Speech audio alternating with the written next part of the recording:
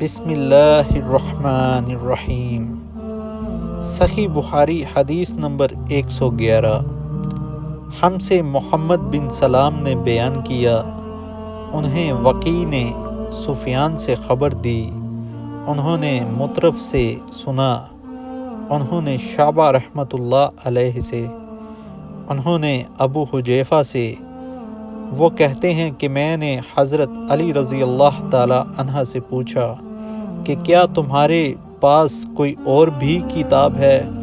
انہوں نے فرمایا کہ نہیں، مگر اللہ کی کتاب قرآن ہے، یا پھر فہم ہے، جو وہ ایک مسلمان کو عطا کرتا ہے، یا پھر جو کچھ اس صحیفے میں ہے۔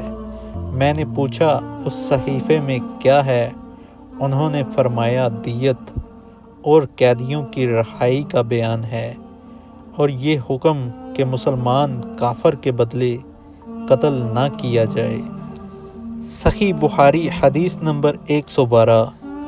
قبیلہ غزا کے کسی شخص نے بنو لیث کے کسی آدمی کو اپنے کسی مقتول کے بدلے میں مار دیا تھا۔ یہ فتح مکہ والے سال کی بات ہے۔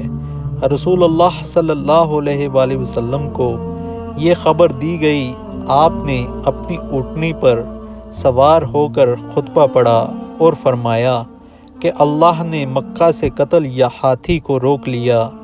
امام بخاری رحمۃ اللہ فرماتے ہیں اس لفظ کو شک کے ساتھ سمجھو۔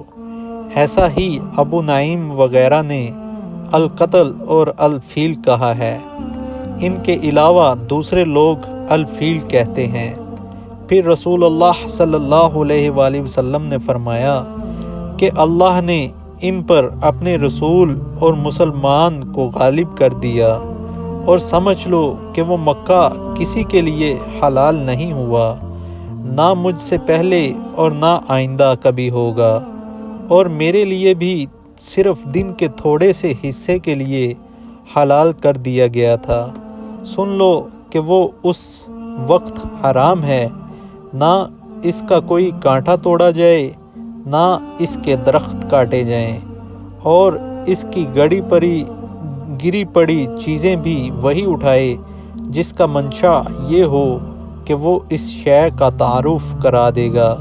تو اگر کوئی شخص مارا جائے تو اس کے عزیزوں کو اختیار ہے دو باتوں کا، یا دیت لیں یا بدلہ۔ اتنے میں ایک یمنی آدمی بولا، ابو شاہ نامی آیا اور کہنے لگا یہ مسائل میرے لیے لکھوا دیجئے۔ تب آپ صلی اللہ علیہ وآلہ وسلم نے فرمایا کہ ابو فلاں کے لیے یہ مسائل لکھ دو۔ تو ایک قریشی شخص نے کہا یا رسول اللہ، مگر اذخر یعنی اذخر کاٹنے کی اجازت دے دیجئے، کیونکہ اسے ہم گھروں کی چھتوں پر ڈالتے ہیں، یا مٹی ملا کر اپنی قبروں میں بھی ڈالتے ہیں۔ یہ سن کر رسول اللہ صلی اللہ علیہ وآلہ وسلم نے فرمایا کہ ہاں، مگر اذخر۔